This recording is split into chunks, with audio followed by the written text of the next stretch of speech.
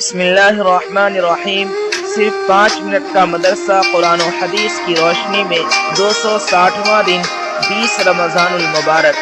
Number 1، اسلامی تاریخ۔ مسجد قباء کی تعمیر۔ مدینہ منورہ سے تقریباً 3 میل کے فاصلے پر ایک چھوٹی سی بستی ہے جس کا نام قباء ہے۔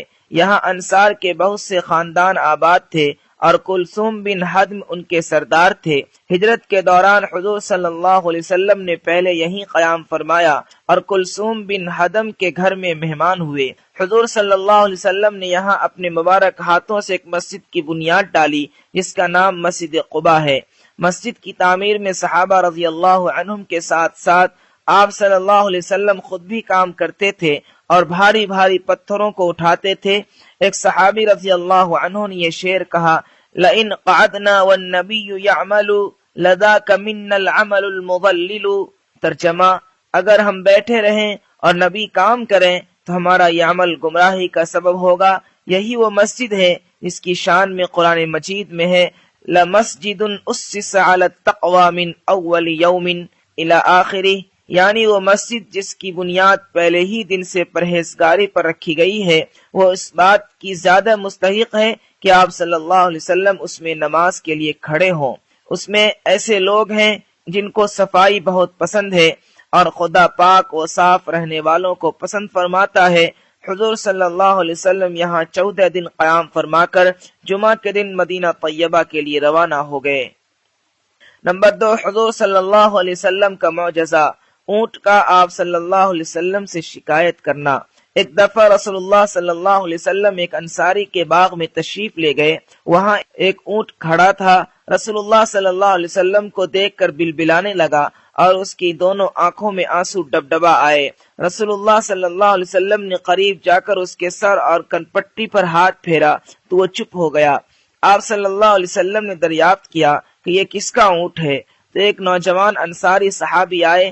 آپ صلی اللہ علیہ وسلم نے ان سے فرمایا: کیا تم ان جانوروں کے بارے میں اللہ سے نہیں ڈرتے جن کو خدا نے تمہارا تابع بنایا ہے؟ اس اونٹ نے مجھ سے شکایت کی ہے کہ تم اس کو بھوکا رکھتے ہو اور اس کو تکلیف دیتے ہو۔ نمبر 3، ایک فرض کے بارے میں، سب سے پہلے نماز کا حساب۔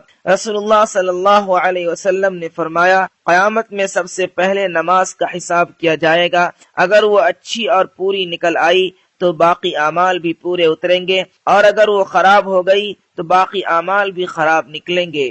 نمبر 4، ایک سنت کے بارے میں، نیا لباس پہننے کی دعا۔ رسول اللہ صلی اللہ علیہ وسلم نے فرمایا: جو بندہ نیا کپڑا پہنے اور کہے الحمدللہ الذی کسانی ما اواری بہ عورتی واتجمل بہ فی حیاتی۔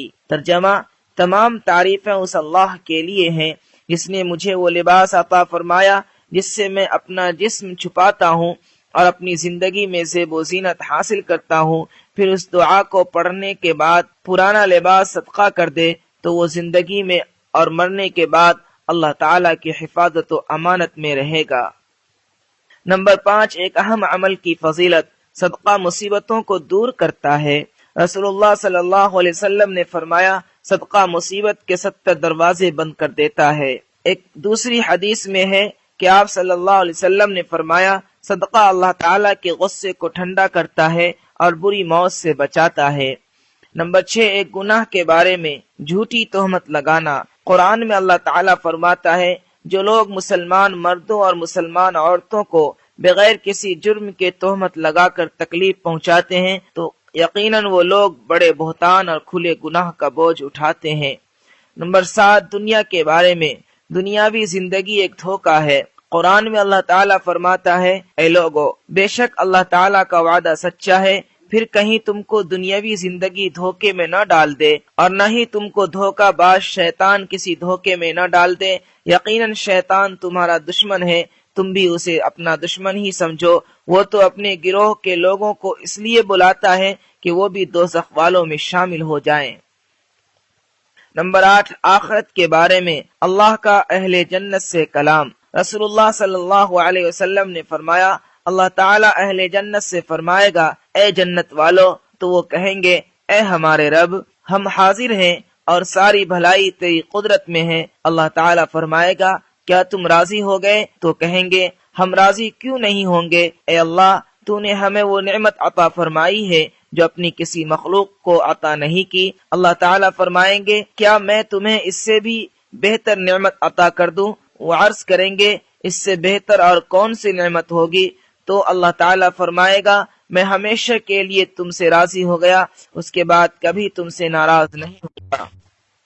نمبر 9، طب نبوی سے علاج، ختنہ کے فوائد۔ رسول اللہ صلی اللہ علیہ وسلم نے فرمایا 5 چیزیں فطرت میں سے ہیں، ان میں سے ایک ختنہ کرنا ہے۔ فائدہ، ختنہ کرنے سے شرمگاہ کے کینسر، ایگزیما اور گردے کی پتھری جیسی بیماریوں سے حفاظت ہوتی ہے۔